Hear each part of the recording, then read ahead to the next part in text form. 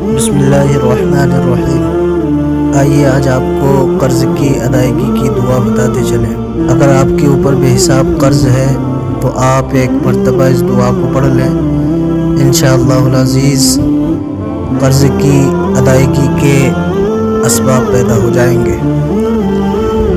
علامہ قرطبی علیہ الرحمہ نے تفسیر الجامع الاحکام القرآن چوتھی جلد کے اندر یہ حدیث پاک نقل کی کہ حضرت معاذ بن جبل رضی اللہ تعالیٰ عنہ حضور کی بارگاہ میں حاضر ہوئے، عرض کرنے لگے یا رسول اللہ میرے اوپر بہت قرضہ چڑھ گیا ہے۔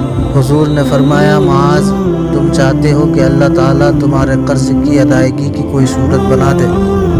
عرض کی یا رسول اللہ ایسی کوئی دعا بتا دیں کہ جس سے میرا قرضہ ادا ہو جائے۔ آقا نے فرمایا تو تم اس دعا کو کثرت سے پڑھا کرو۔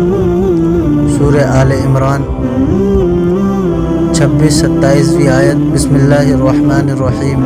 قل اللہم مالک الملک تؤتی الملک من تشاء وتنزع الملک ممن تشاء وتعز من تشاء وتذل من تشاء بیدک الخیر انک علی کل شیء قدیر تولج اللیل فی النہار وتولج النهار في الليل وتخرج الحي من الميت وتخرج الميت من الحي وترزق من تشاء بغیر حساب۔